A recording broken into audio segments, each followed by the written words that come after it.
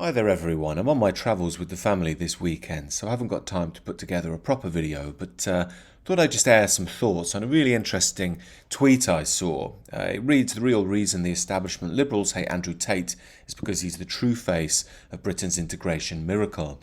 And originally I thought, that's a bit silly, but the more I thought about it, I was like, actually, this lady has a really strong point here.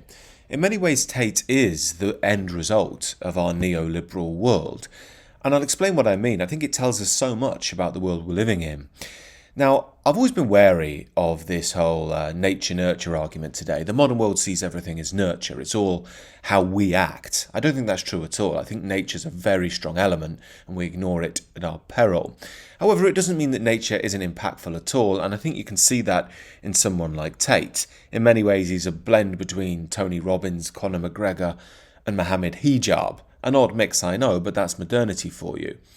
And all this reminds me of years and years ago, well over 10 years ago, I went to a modern art exhibit. Now, as you probably know already, I'm not fond of modern art, but you can get odd pieces that do break through the BS. And in this piece, there was a man wearing a pig's head, smothering himself in tomato ketchup and mayonnaise, top off, and he was seemingly masturbating beneath the camera shot. You know, it was implied that's what he was doing. And of course I thought this was just disgusting, but I read about it and it was saying that this guy is trying to make a point of this is a blend of what American culture forces on you, horror movies, pornography, fast food and ugliness. Now it's OTT and all that, I get it, but in a sense it's an interesting piece he's making. He's trying to make the point about, the seedy underbelly. And in a way, Andrew Tate's a bit like that. He's a Frankenstein of everything modernity is in one. And he's hard to pin down to one identity or understand in one simple dimension, which again is probably why the mainstream don't like him. But again, if you look at him on paper in his identity, he should be everything that the liberal world likes. I mean, he's a mix between black and white. He's loved by the Western youth. He's a Muslim, or at least he says he is. And he moves out of the UK to move to Romania. He's inclusive. It's only when you get to the specifics you realise why he's hated by the liberal world. And of course that's because he represents some form of, quote, toxic masculinity. And again, I wouldn't say he's exactly healthy in what he promotes, but he's a shadow side of our over-feminised society. If we didn't have that, you wouldn't have Tate, as I've said in recent videos. But again, I think there's something really interesting here when we look at his behaviour, and we can see how in some senses he's just a product of his environment. Sexual behaviour is the obvious one. I don't know if he's guilty or not of what he's been accused of with regards to his legal issues. But I do know there are many clips of him bragging about his sexual prowess, about how he's a pimp and so on, about how he's essentially messaged needy men pretending to be women to extort vast amounts of cash from them. So his behaviour is far from noble in this regard, and there are many videos of him again, essentially engaging in behaviour that you wouldn't exactly say is conservative. And this is the next absurdity about him. He's seen as this evil right-wing guy. But as a true right-winger, would you really say that, you value Tate, even if you're not out-and-out right-wing in a Thatcherite sense, which I'd say I'm certainly not? I see myself as more Christian conservative moral opinion, which really is where right-wing moral opinion comes from. And I don't know anyone who would say they respect this sort of behaviour. They view it as degenerate, adolescent, and deeply unhealthy. And in fact, we'd say it's the result of a lack of strong leaders that have largely been destroyed and lied about and smeared.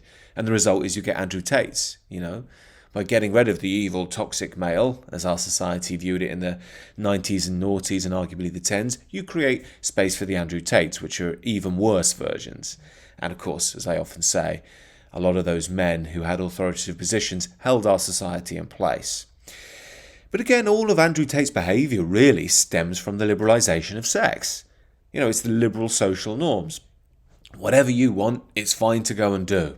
We promote the independent woman. If you want to bang 100 guys in a year, you go, girl. You're a strong independent woman who don't need no man. Just expressing her sexuality. Well, if you're going to do that, you're going to get the flip side. And the flip side is going to be the oversexed, lustful male, obsessed with sex, obsessed with materialism, and wants to be the pimp. That's the harsh reality. And of course, the government now and the mainstream, they want to oust that guy. They want to have their cake and eat it, essentially. They don't want to deal with the consequences of the world they've built, which is no responsibility for the female side of life, and pay no mind to the toxic effects that's going to cause in its shadow form. Now, even if they do get to censor the Andrew Tates of the world and limit that behaviour, it won't go away. It will just get worse again, because that's how shadows work. The more you try and pin them down, the more they will come out in even more demonic forms. That's why I often say we need to return to tradition to understand the nature of the yin and yang, masculine and femininity, the Tao.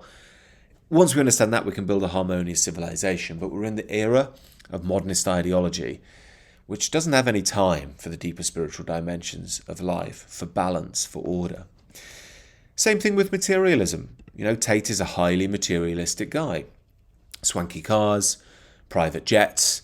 He's got it all. And that appeals to young men who've been told there is no other dimension in life other than your own prowess.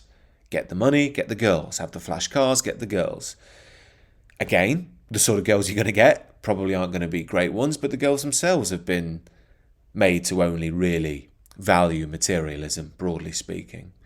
And in one sense, women will always go for men with resources. Andrew Tate, no matter how disgustingly he behaves, will always have some plastic fantastic girl, or probably multiple girls, who'll be more than happy to sleep with him.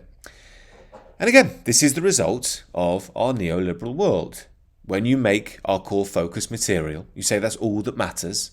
The assumption of resources, the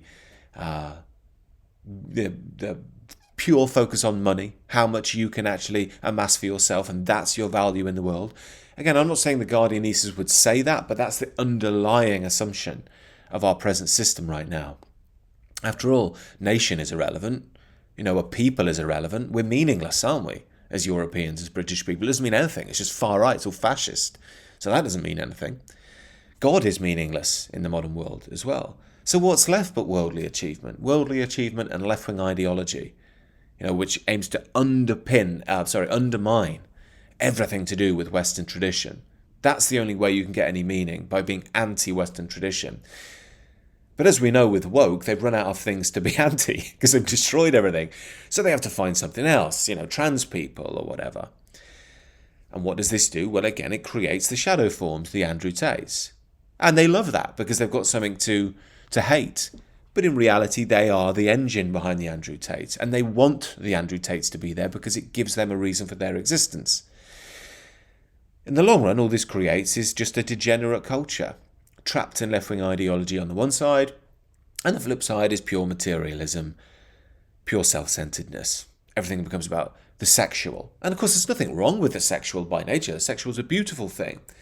But if it becomes worldly, if we desacralize it, then it becomes a horrible thing. It becomes about money and power. That's all it's really about. It's divorce from love.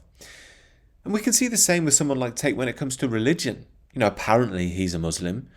I don't know if he's a particularly devout one, but it says something about the nature of how we treat religions. They're clothing that you can just put on. We've divorced them from the sense of these are something that go back in your families, your blood.